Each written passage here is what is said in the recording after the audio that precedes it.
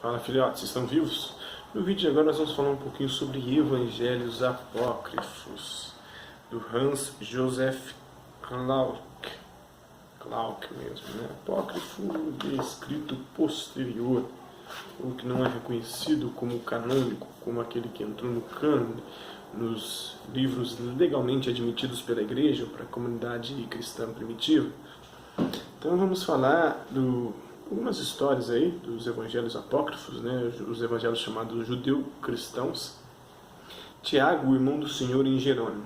Em duas ocasiões, Jerônimo cita no evangelho de Hebreus admoestações relativas ao amor fraterno e à consideração que são especialmente adequadas a um grupo judeu-cristão relativamente fechado e não tão numeroso.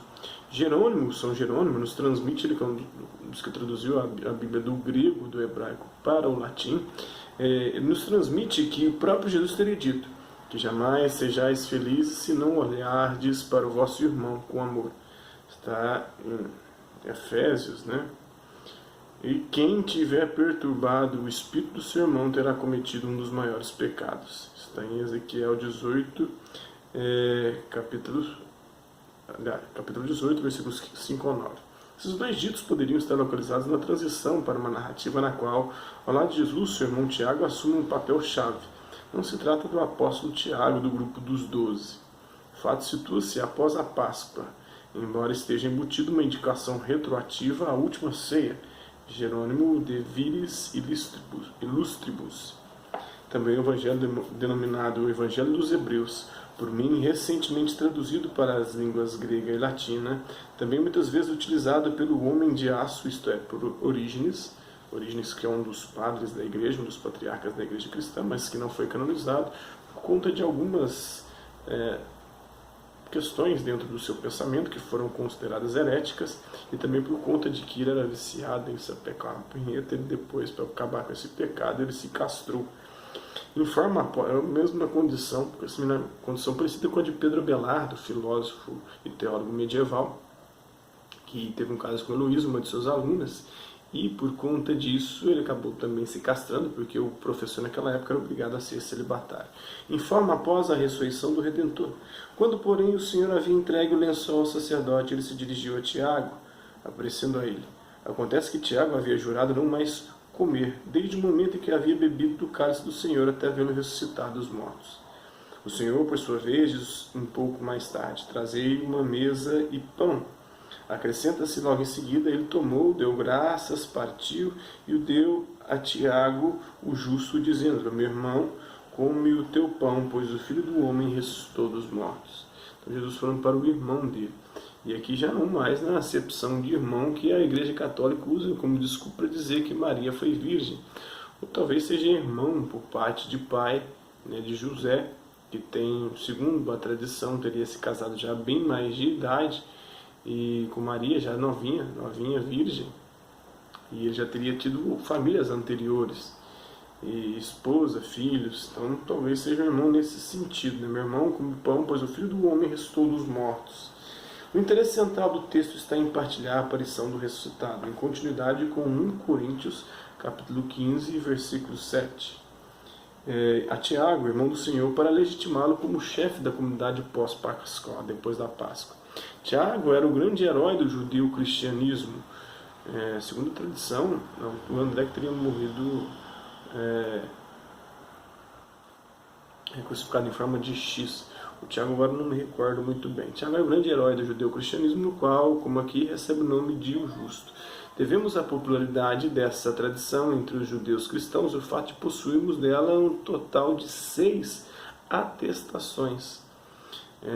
Parece estranho que o próprio ressuscitado entregue ao sumo sacerdote o lençol em que o corpo estava envolto. Ou seja, que depois aquilo vai ser chamado de santo sudário, né? João capítulo 20, versículos 6 e seguintes. Uma vez que não é sustentável a explicação fantasiosa de que o lençol seria necessário como toalha ou mortalha para a mesa que depois será mencionada. Está certo que serviu o corpo e o vinho, mas não é possível que deixar o sangue dele, né, de fato, e a carne impregnada no lençol. O lençol somente poderá ter o sentido de reforçar a realidade da ressurreição com a consequência na própria narrativa da ressurreição, diversamente das narrativas bíblicas canônicas, deve ter constado como o Senhor ressurgiu diante dos guardas do túmulo, pois ele próprio entregou seu lençol àquele servo, para que ele o entregue ao sumo sacerdote como prova da ressurreição.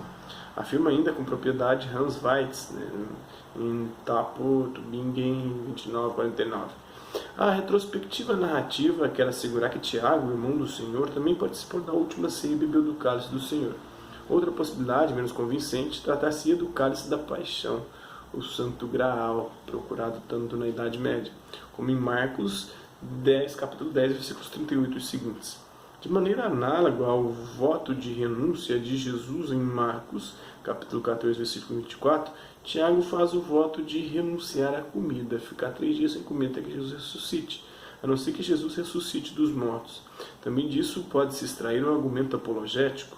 Se o justo Tiago abre mão de seu voto, não pode ser por outra razão que não seja que a ressurreição de fato ocorreu e o ressuscitado tenha movido seu irmão a novamente ingerir alimentos, dando o seu corpo e o seu sangue para o próprio irmão.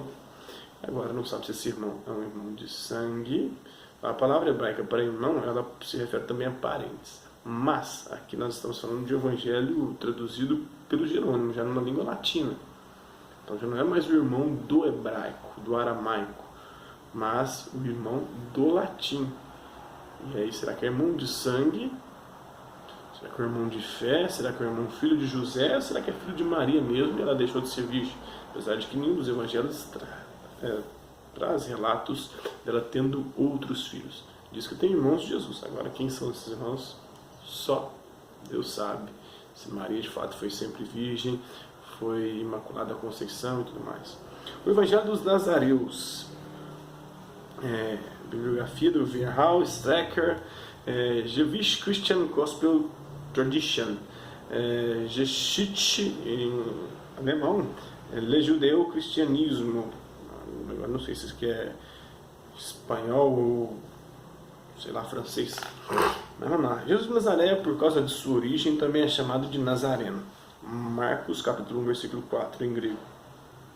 Ou de Nazoreu, em Mateus capítulo 2, versículo 23. Esta última designação permite uma alusão mais clara a raízes hebraicas, com o significado de consagrado, de descendente, rebento. Depois da Páscoa, por um bom período de tempo, especialmente na Síria, os seguidores de Jesus parecem ter sido designados geralmente de Nazoreus ou Nazareus. Ambas as designações ocorrem. A partir daí, desenvolveu-se gradativamente um rótulo para grupos específicos de judeus cristãos na região do Jordão e na Síria. O evangelho por eles utilizado é designado na pesquisa, não nas fontes, como o evangelho dos Nazareus, cuja redação se postula ter se dado por volta de 150 ou ainda antes. Eusébio, que cronologicamente se localiza entre os alexandrinos, e Jerônimo, já atribui a Egésipo, entre 160 e 180 d.C., o conhecimento de um evangelho dos hebreus, né, da história eclesiástica, capítulo 4, número 4, capítulo 22, versículo 8. Ele próprio cita de um evangelho escrito em caracteres hebraicos, uma singular versão moralizante da parábola dos talentos, na qual o castigo do Senhor não atinge aquele que escondeu o dinheiro, mas um outro que gastou os bens do Senhor com prostitutas e tocando flauta. Aí já criminalizando a atividade da prostituição, a sexualidade, coisa que Jesus não fala nos evangelhos, assim como não tem o relato do Tiago recebendo o corpo e o sangue, prometendo fazer jejum. Então, no fragmento intitulado Teofania. Não é possível reconhecer pelo vocabulário se se trata do Evangelho do Nazareno, ao qual a maioria das edições modernas atribuem a duas informações. Os próximos exemplos textuais do Evangelho dos Nazareus estão sob a dupla reserva de que também poderiam pertencer ao Evangelho dos Hebreus, para o qual teríamos à disposição um grupo mais amplo, ou que foram extraídos de outras obras e contextos não identificados. A ocupação com as próprias tradições individuais nas próximas páginas não elimina a incerteza quanto à origem que lhes pode ser atribuída. Então, isso é um pouquinho dos evangelhos apócrifos, né, do Evangelho dos Nazareus, do Evangelho dos Hebreus, onde tem o Tiago, irmão do Senhor, um atestado de São Jerônimo, e um pouquinho dessa tradição aí, desses evangelhos apócrifos. Espero que vocês tenham gostado do vídeo. Quem curtiu, dá um like, quem não curtiu, dá um dislike. Quem se interessar pelo conteúdo do canal, é só se inscrever, ativar o sininho e aguardar os próximos vídeos e as próximas notificações. Deixe também seus comentários, sugestões de temas e assuntos para os próximos vídeos. É isso aí, hasta lá, até a próxima.